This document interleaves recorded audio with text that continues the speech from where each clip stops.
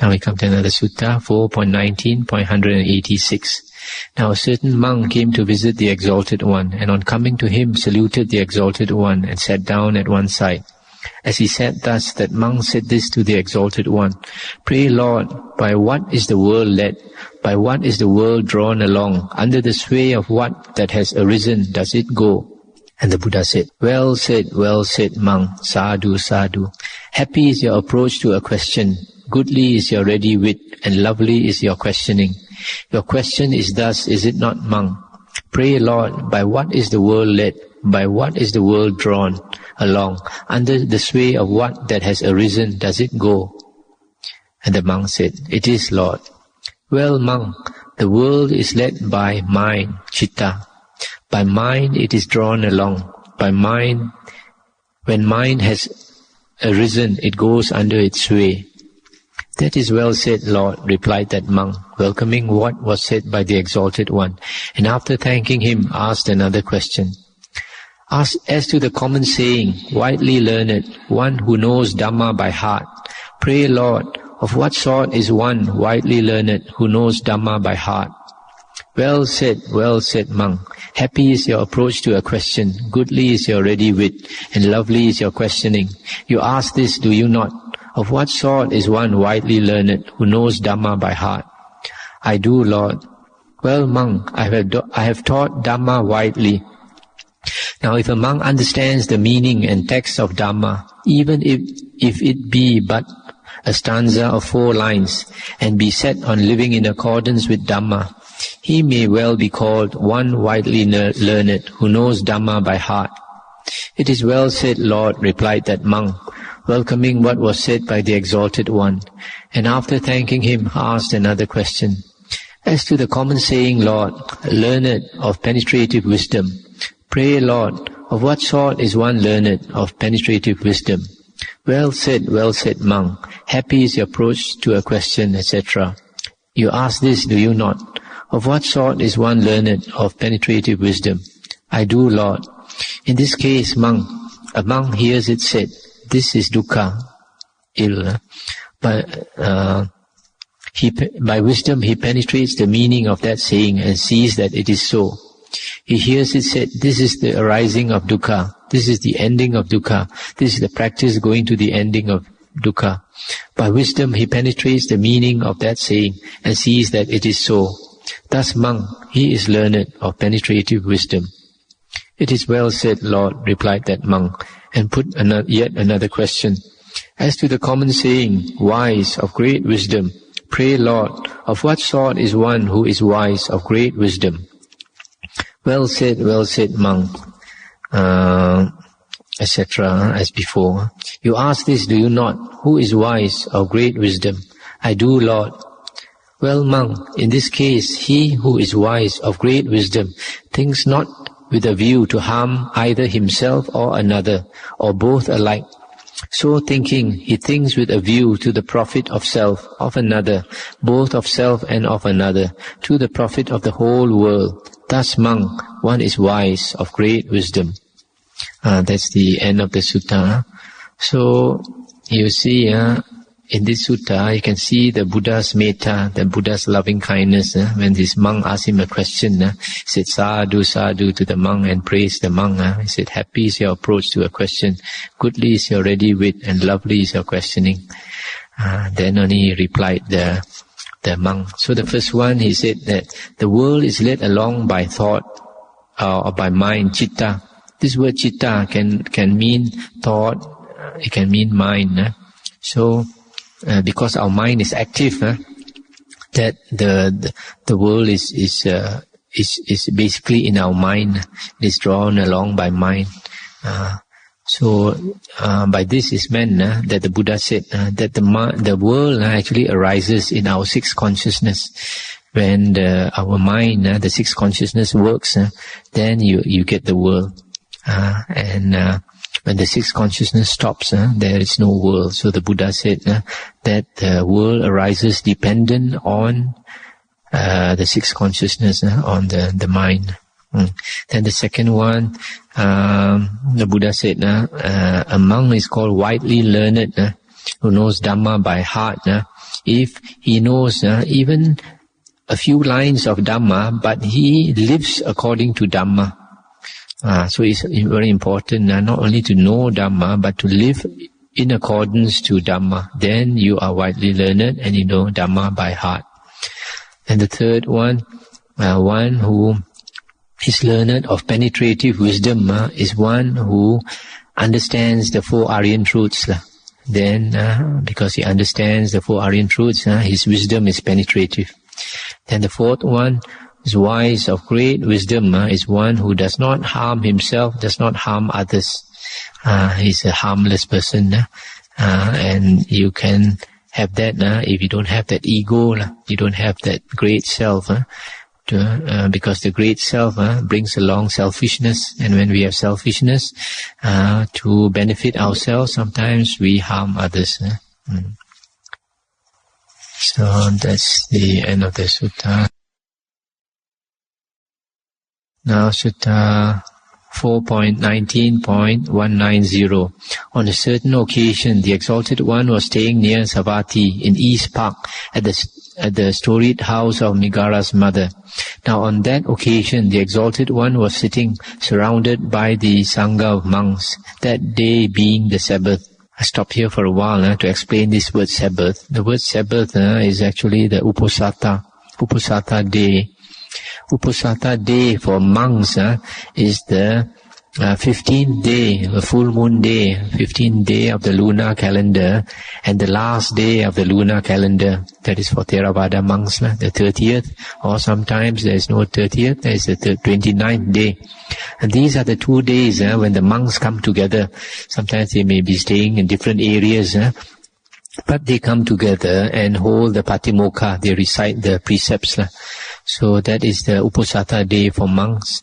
And the Uposatha day for lay people are 4 days in the month. The 8th day, the 15th day, the 23rd day, and the 30th day. This 30th day in Theravada was changed by the Mahayana to the first day. And that's why in Malaysia, we are very familiar with the first day of the lunar month, Choyat. That's because the Mahayana, they purposely changed that day so that they didn't want it to be the same as Theravada. So on those days, lay people were advised by the Buddha to keep the 8 precepts. Because the Buddha said, as lay people, you don't have time to practice every day. Keep the 8 precepts at least once a week. You should remember and practice the 8 precepts. And this teaching was a very early Indian teaching, and it might have gone from there into Christianity. Because Jesus was said to have gone to India to learn, so he might have got that into Christianity, and from there he went to Islam. So like the Sabbath day for Christians is Sunday, and for Muslims it's Friday.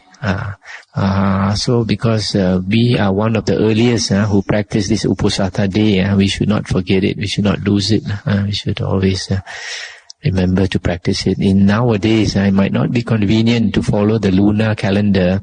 Might be more convenient to choose, for example, a Sunday, every Sunday, to keep the 8 precepts. If you can't keep it in a temple or a Buddhist society, try to keep it at home. Then to continue the sutta. Then the Exalted One, after scanning the order of monks, the Sangha of monks, as they sat in perfect silence, addressed the monks, saying, "Monks, this company is free from idle words and idle talk.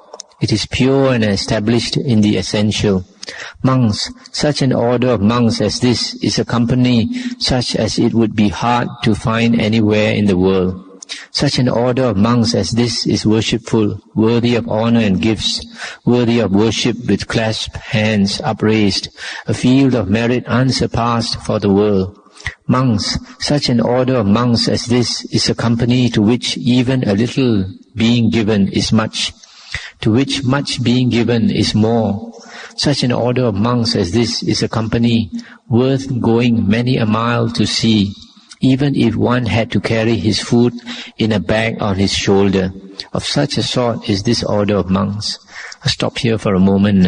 So you see, the Buddha, during the Buddha's time, those monks were really were really monks, really worthy of respect, worthy of veneration, a field of merit unsurpassed. And it's not easy to find such monks. If you can get such a sangha of monks, the Buddha said, it's worth going a long distance to see. And even you give a little to them, it becomes much in terms of merit to you as a giver. And if you give more, it is even much more in terms of merit. So, if you can find anywhere such a sangha of monks, it will be very, very lucky. Very, very lucky. It's very difficult to find a sangha of extremely good monks. Then the Buddha continued, monks, there are abiding in this sangha of monks, or order of monks, those who have won access to devas. There are those who have won access to Brahma. There are those who have won access to the imperturbable. There are abiding in this order of monks, those who have won access to the Aryan. And how has a monk won access to the devas? Herein a monk, aloof from sense desires and so forth, having attained to the first jhana, abides therein. So with the second, third and fourth jhanas, that is how a monk has won access to the devas. And how has a monk won access to Brahma? Herein a monk with heart possessed of goodwill, of compassion, of joy, with a heart possessed of equanimity, abides suffusing 1/4 of the world, also the second, third and fourth quarters, and in like manner above, below, across, everywhere, for all sorts and conditions, abides suffusing the whole world with a heart possessed of goodwill, compassion, joy and equanimity that is widespread, grown great and boundless, without enmity and untroubled. That is how a monk has won access to Brahma.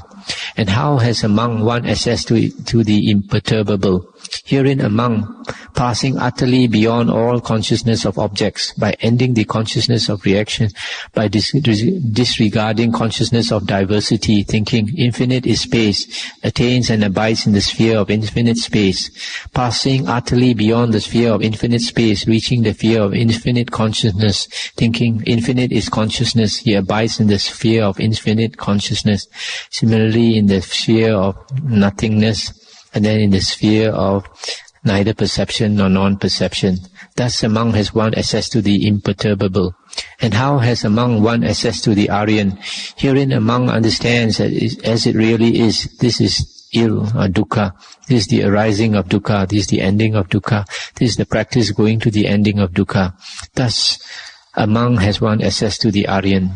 So you see, these are the types of monks. The first one, he has won access to the devas, are those who have attained the jhanas.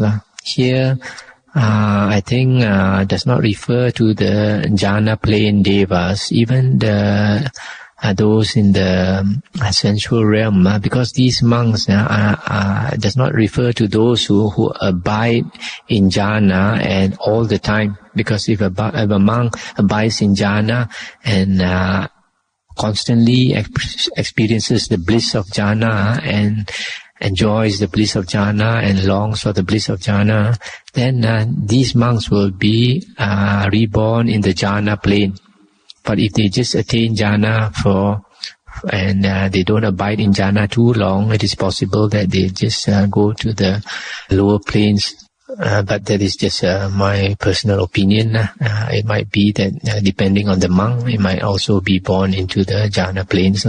And then the Brahma planes are those who constantly abide in the 4 Brahma viharas. Metta, Karuna, Mudita and Upeka. And so they attain to the Brahma plane. And then the imperturbable, those who have gone to the plane of the Arupa jhanas, and then the Aryans are those who understand the 4 noble truths. So these are the types of monks who have attained super normal attainments. These are called supernormal attainments, and here it also includes the jhanas. That's why sometimes if you talk about supernormal attainments, that means in a way that is stages of holiness also. you could say.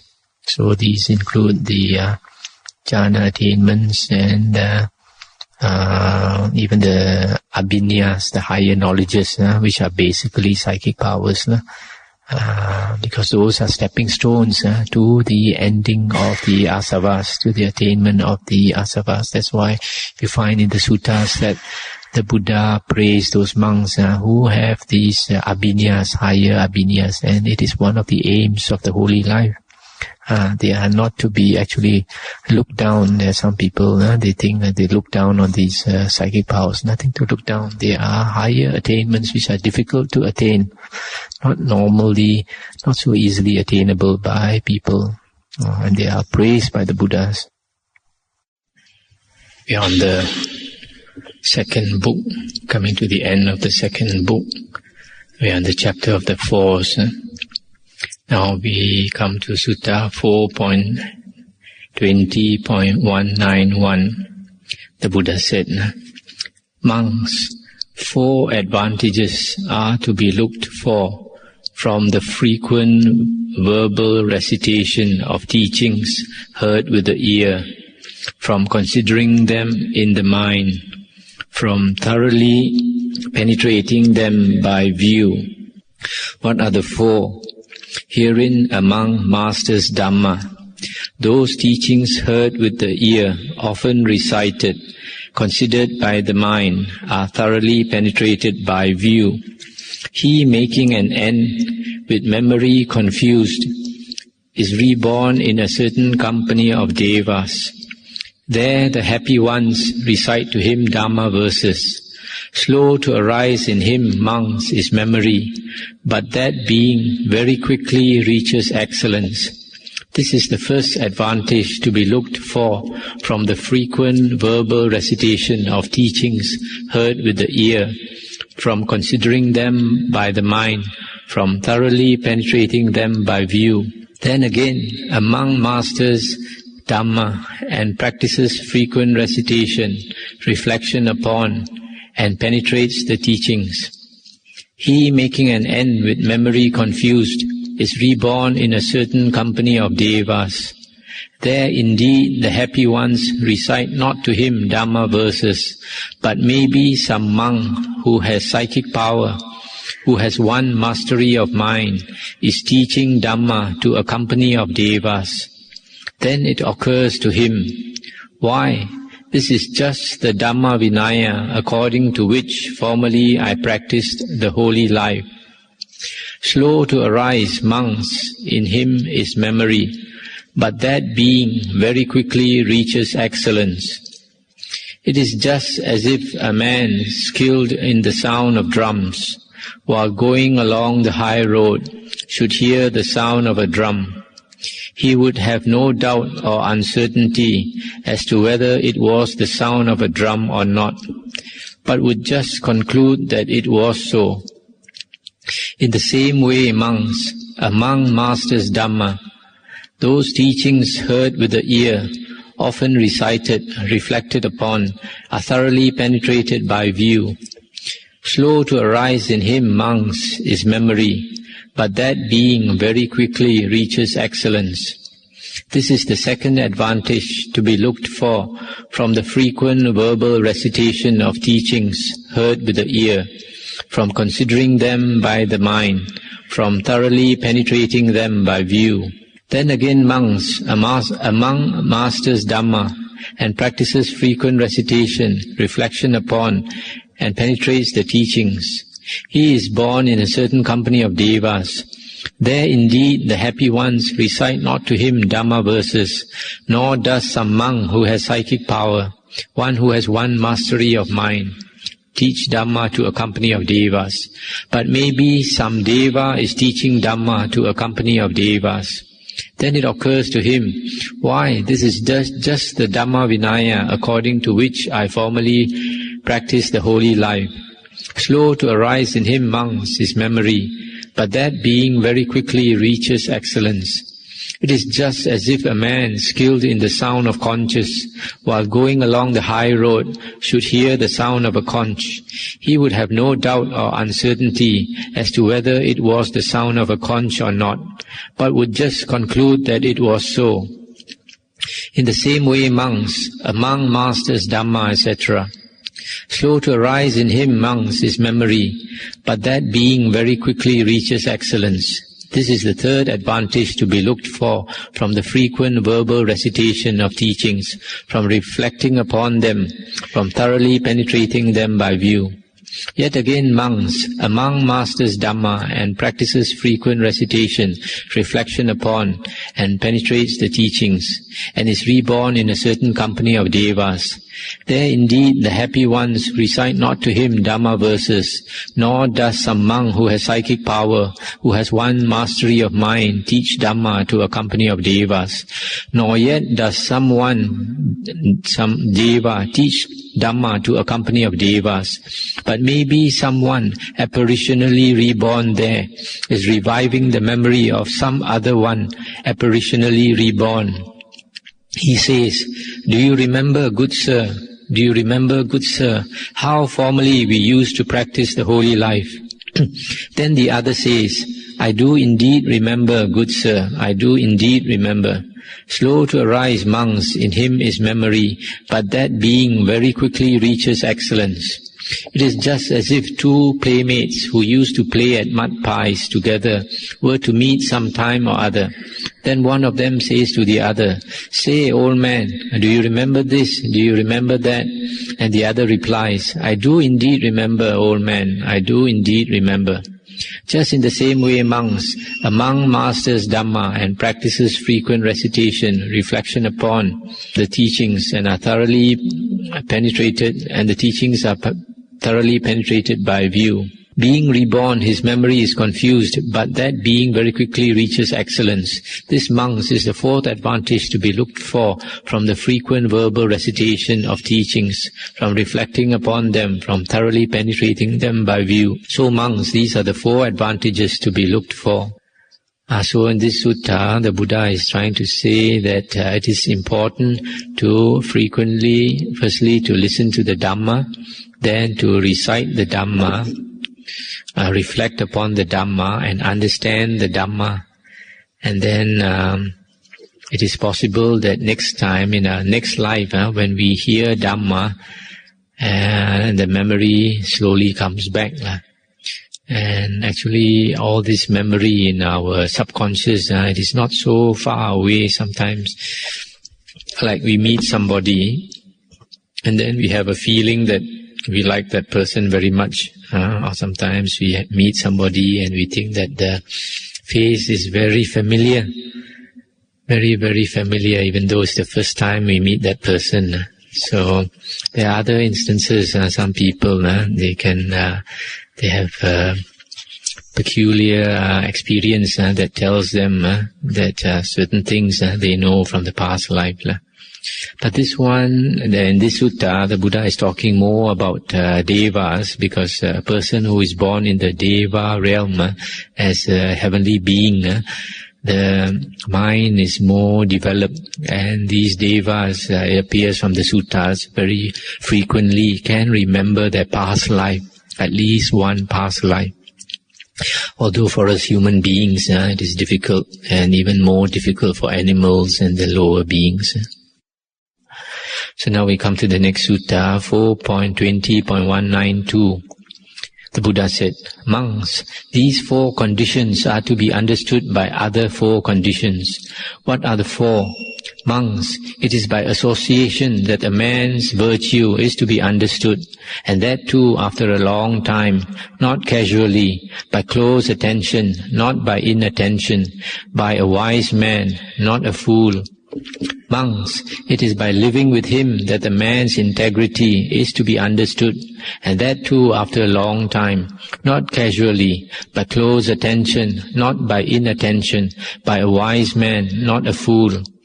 Monks, it is in times of distress that a man's courage is to be understood, and that too after a long time, not casually, by close attention, not by inattention, by a wise man, not a fool.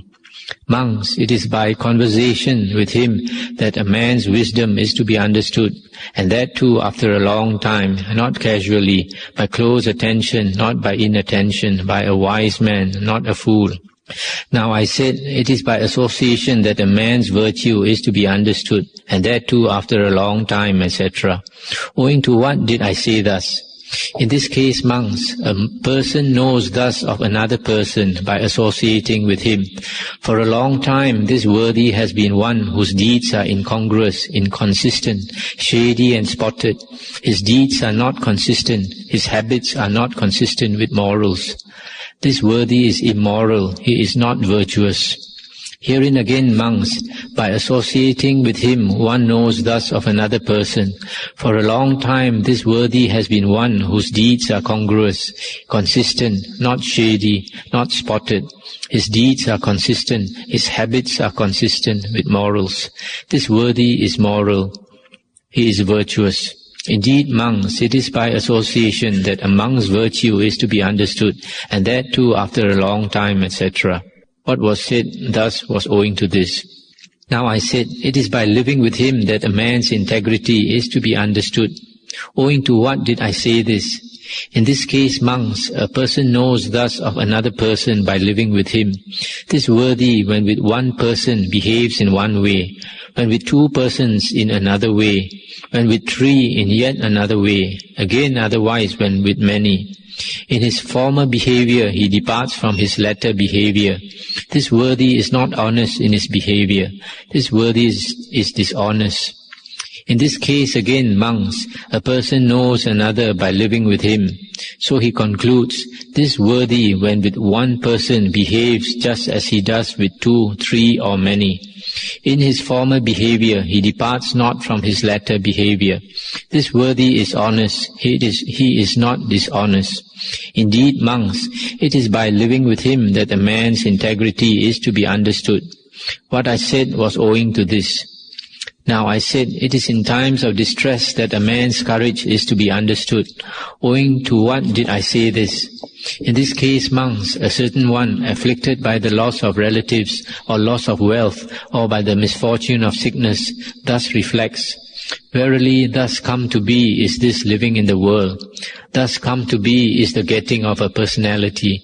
According to this coming to be of living in the world and getting a personality, 8 world conditions keep the world a-rolling, and the world keeps a-rolling 8 world conditions, namely gain and loss, fame and disrepute, praise and blame, happiness and unhappiness. So he, afflicted by loss of relatives, loss of wealth, or the misfortune of sickness, sorrows, laments, is distressed, and beats his breast, wails and falls into utter bewilderment. But in this case, monks, a certain one, afflicted by the loss of relatives, etc., thus reflects, verily thus come to be is thus living in the world. Thus come to be is the getting of personality. According to this coming to be of living in the world and getting a personality, 8 world conditions keep the world a-rolling, and the world keeps a-rolling 8 world conditions, namely gain and loss, fame and disrepute, praise and blame, happiness and unhappiness. So he, afflicted by the loss of relatives, loss of wealth, or the misfortune of sickness, does not sorrow, does not falter, etc., nor falls into utter bewilderment. Owing to that did I say this. Now I said, it is by conversation with him that a man's wisdom is to be understood. Owing to what did I say this? In this case, monks, a person by conversing with another knows thus of him, judging by this worthy's approach to a question, judging by his intention, judging by his conversation, he is weak in wisdom, he is not wise. What is the cause of that? In the case in question, this worthy utters no profound, profitable sentence that calms, is sublime, is beyond the sphere of mere reasoning, that is subtle and intelligible to the wise.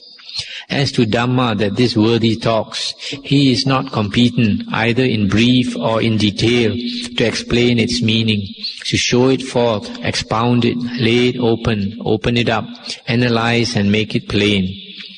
This worthy is weak in wisdom, he is not wise. Just as if monks, a man with good eyesight, standing on the bank of a pool of water, were to see a small fish rising, he would think, judging by the uprise of this fish, judging by the size of the ripple it makes, judging by its speed, this is a small fish, this is not a big fish. Just in the same way, monks, a person by conversing with another knows thus of him, this worthy is weak in wisdom, he is not wise. Herein again, monks, a person by conversing with another knows thus of him, judging by this worthy's approach to a question, judging by his intention, judging by his conversation, he is a wise man, he is not weak in wisdom. What is the cause of that? In the case in question, this worthy can utter a profound, profitable sentence that calms, that is sublime, is beyond the sphere of mere reasoning, that is subtle and intelligible to the wise. As to Dhamma, that this worthy talks, he is competent both in brief and in detail to explain its meaning, to show it forth, expound it, lay it down, open it up, analyze and make it plain. This worthy is a wise man, he is not weak in wisdom. Just as if monks, a man with good eyesight, standing on the bank of a pool of water, were to see a big fish rising, he would think, judging by the uprise of this fish, judging by the size of the ripple it makes, judging by its speed, this is a big fish, this is not a small fish. Just in the same way, monks, a person by conversing with another knows thus of him, judging by this worthy's approach to a question, judging by his intention, judging by his conversation, he is a wise man, he is not weak in wisdom. It is by conversation with him, monks, that a man's wisdom is to be understood. So I said, and that is why I said it. Thus, monks, these 4 conditions are to be understood by these other 4 conditions. That's the end of the sutta. And this sutta, it is this quite a good sutta. It's telling us that it takes a long time to know a person actually, and not in a short while. And then you have to pay close attention, not inattention. And then you have to be a wise man, not a fool. Then only you can judge a person. The first one, the Buddha said, was judging his virtue. You see whether his deeds are consistent with the precepts or not. Whether he keeps the precepts or he breaks the precepts. The second one, to check his integrity, whether he's honest or not. You see his behavior with different people. Whether he acts with one type of person in one way and in another type of person he acts differently. Whether in front of you he acts in one way and behind you he acts in another way. Then you know whether he's an honest man or not. Then the third one, to see whether he has courage or not. Then you see whether he is easily overcome by misfortune. When in sickness or loss of wealth or loss of relatives, etc., whether he loses his courage. And then wisdom, then you by conversation with him, you see whether he talks profitable things or unprofitable things, profound things or shallow things. And whether he is able to explain Dhamma in brief and explain Dhamma in detail, to analyze and make plain the meaning of Dhamma, etc., then you can judge whether this person has wisdom or not. So in other words, we should not judge people hastily. Most people, as you are probably aware, we tend to judge a person at the first meeting very quickly by his looks, by his behavior. Straight away we make certain judgments, and it's not very wise. I think you have heard me talk about the sutta, about the 4 types of pots, the open and the empty pot, the open and the full pot, the closed and the empty pot, the closed and the full pot. So the same way, difficult to judge a person from the looks, and